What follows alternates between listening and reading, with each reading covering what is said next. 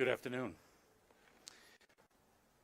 First, I want to thank Governor Hobbs for the invitation to come to Tucson, to Nogales, to visit the border with her. We've just had a tour of this port of entry.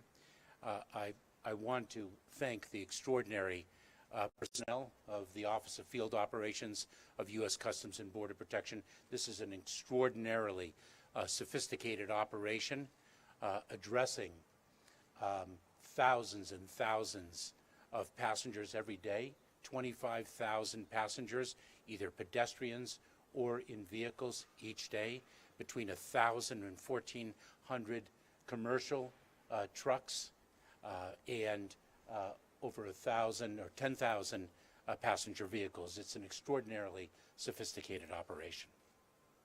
The threats we face in our country have grown in number and complexity over the past 20 years.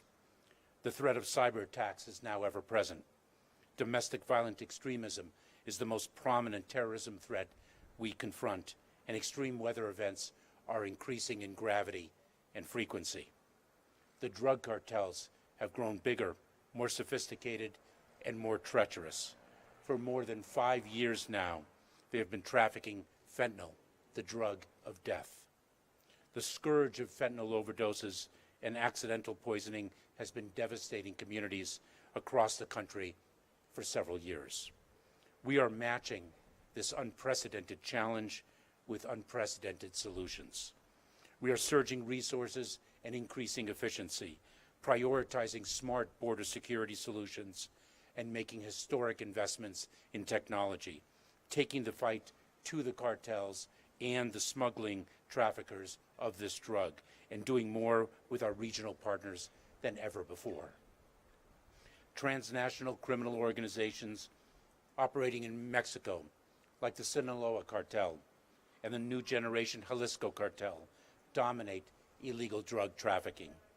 They are adept at changing their illegal drug supply chains, shifting human smuggling routes and tactics, and using various money laundering techniques to evade law enforcement.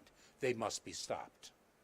The United States has been taking the fight to the cartels and smugglers with the most intense disruption campaign ever. DHS, the Department of Homeland Security, has already confiscated more fentanyl than ever before. In the last 2 years, we have seized more fentanyl than we have in the previous 5 years combined. In the last 2 years, we arrested more criminals for committing crimes related to fentanyl and precursor chemicals than we have in the previous 5 years combined. We are doubling down on that effort. As we speak, U.S. Customs and Border Protection, CBP officers, and Homeland Security Investigations, HSI agents, are conducting a new surge operation that began last week to boost resources, increase collaboration, and target the smuggling of fentanyl. Today, I am here to announce that DHS's new Operation Blue Lotus stopped more than 900 pounds of fentanyl from entering the United States in its first week. Operation Blue Lotus is a DHS-led coordinated surge effort to curtail the flow of illicit fentanyl smuggled into the United States from Mexico and bring to justice the dangerous criminal organizations profiting from the illegal production, distribution, and sale of this dangerous substance. The operation includes an increase in targeted inspections conducted by CBP officers, Border Patrol and HSI agents, canine units, and advanced technology. We have HSI personnel at ports of entry co-located with CBP officers so that they can immediately pursue investigations as contraband is discovered. In addition to more arrests, the ultimate goal is to dismantle the larger criminal networks. In its first week, Operation Blue Lotus has already resulted in 18 seizures, 16 federal arrests, and 2 state arrests, and stopped more than 900 pounds of fentanyl, over 700 pounds of methamphetamine, and over 100 pounds of cocaine from entering the United States. Operation Blue Lotus builds on joint efforts like Operation Sentinel and Joint Task Force Alpha. Those collective efforts have resulted in 74 U.S. convictions of members of human trafficking organizations, foreign government charges against more than 200 individuals, over 107,000 disruption activities, and over 8,800 arrests. The work does not stop at our borders. The challenges posed by the illicit synthetic drug supply chain are global and require an international effort to address. We collaborate with strategic partners in the United States and abroad. We have lost too many Americans to fentanyl and other illegal drugs, and it will take all of us working together to put an end to it. I am grateful to the extraordinary men and women of U.S. Customs and Border Protection for the heroic work they do. It is my pleasure to introduce Governor Hobbs. Thank you so much, Secretary Mayorkas, and thank you for being here today. I'm grateful for your time and your attention on Arizona and the issues that our communities are facing. I also want to thank the Arizona Border Counties Coalition, as well as leaders from El Rio Community Health Center and Casa Elitas, who I met with today.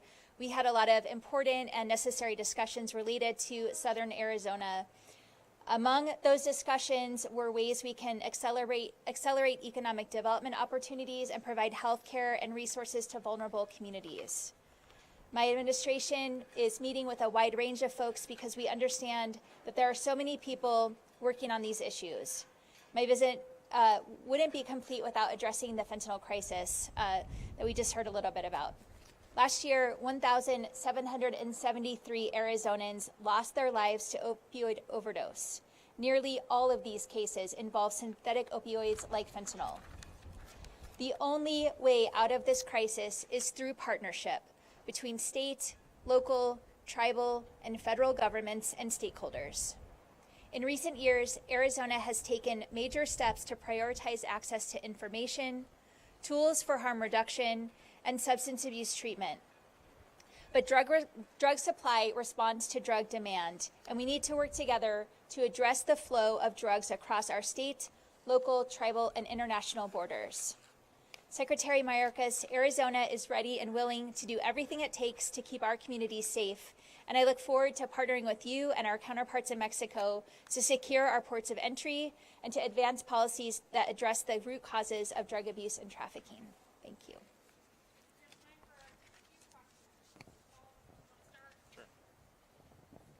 Secretary Mayorkas, thanks for coming out here to Southern Arizona. The question I had is, in the next couple of weeks, really, Title 42 is going to end. What are things that DHS has done to prepare for that program to end? And what are the programs going to do to actually deal with the surge of migrants, but also make sure that people are able to get asylum if they request it? So we have been planning for the end of Title 42 since September of 2021. We issued a 6-point plan that ranged from some of the criminal activities that I described briefly now to surging personnel, resources, transportation facilities, increasing efficiencies, working with local, state partners. We have a multi-part plan that we announced in September of 21. We've been working day in and day out since then. We refreshed that plan. We supplemented it in April of 2022, and that work has continued to date. As you know, we've issued a notice of proposed rulemaking in response to which we've sought comments. The comment period is now closed. We're evaluating those comments, which makes important changes to our asylum system, which is designed to really preserve the institution of asylum, which we are so proud of, but at the very same time, cut out the smuggling organizations that exploit migrants and at their most vulnerable of time. The model is to build safe, legal, and orderly pathways and to deliver a consequence for those who do not avail themselves of the pathway. But ultimately, foundationally, we must have Congress pass legislation to fix what is a broken system. Hi, good afternoon. My name is Marely Ruiz. I'm a reporter with Univision Arizona. I have a two-part question. The first one is, since we're talking about the migrants and Title 42 ending, are you planning on visiting other parts of Arizona, border parts where migrants are coming in through not the ports of entries, but pretty much like the Yuma sector, where they're just coming in and going forward to border patrols to get, some type of refugee? So I have visited over the past 2 years the border more than 15 times, I believe it is. I have visited Arizona, different parts of Arizona during my prior trips. I don't have any concrete plans in the days ahead, but certainly we evaluate that as things develop in preparation for the end of Title 42. And my second part to another question is, I know fentanyl, we're having a crisis right now, but it's known that xylazine is being added to some fentanyl pills. Do you have any comments on that? So let me say that the fentanyl crisis that we are experiencing in this country has been building year over year for quite a number of years. And in fact, we are watching the precursor chemicals that are used to manufacture fentanyl, and also that are included in the composition of synthetic opioids that create such danger, such fatality for people throughout the country. We are tracking that chemical specifically. This port of entry has what we call a forward operating lab, the equipment and the scientists to analyze the substances as we interdict them here to assist in the prosecution of the traffickers. It is a monumental shift and an example of how we are taking it to the cartels, to the traffickers, and we will not stop. Yeah, sure. I actually had a question for the governor. Yeah. She had a second. This is your third visit to the border since taking office. Obviously, you're putting a focus on this. I just want to know, during these visits, what's changed for you, the biggest thing you've learned by touring and traveling to the border so many times? And subsequently, second question, are you still committed to defunding or disbanding the border strike force?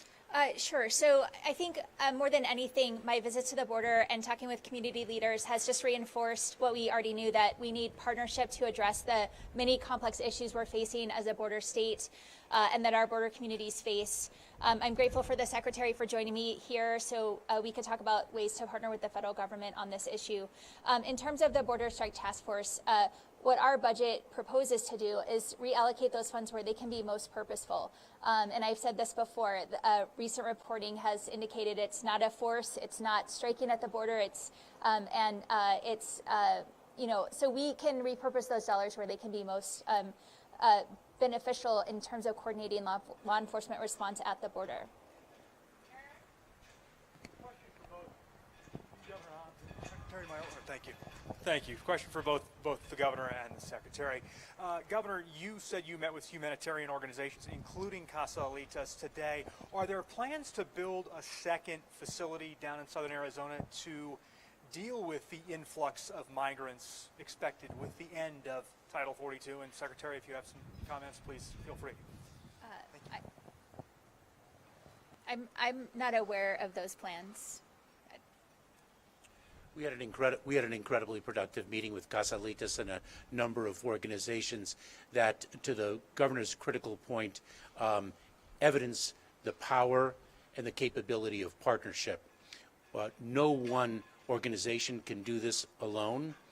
We had individuals from a whole series of organizations, not just in Tucson, but in Phoenix and the like, that bring different capabilities to bear to address the needs of individuals who have claimed asylum in the United States. Daniel Torres from Mars Medios in Nogales, Sonora.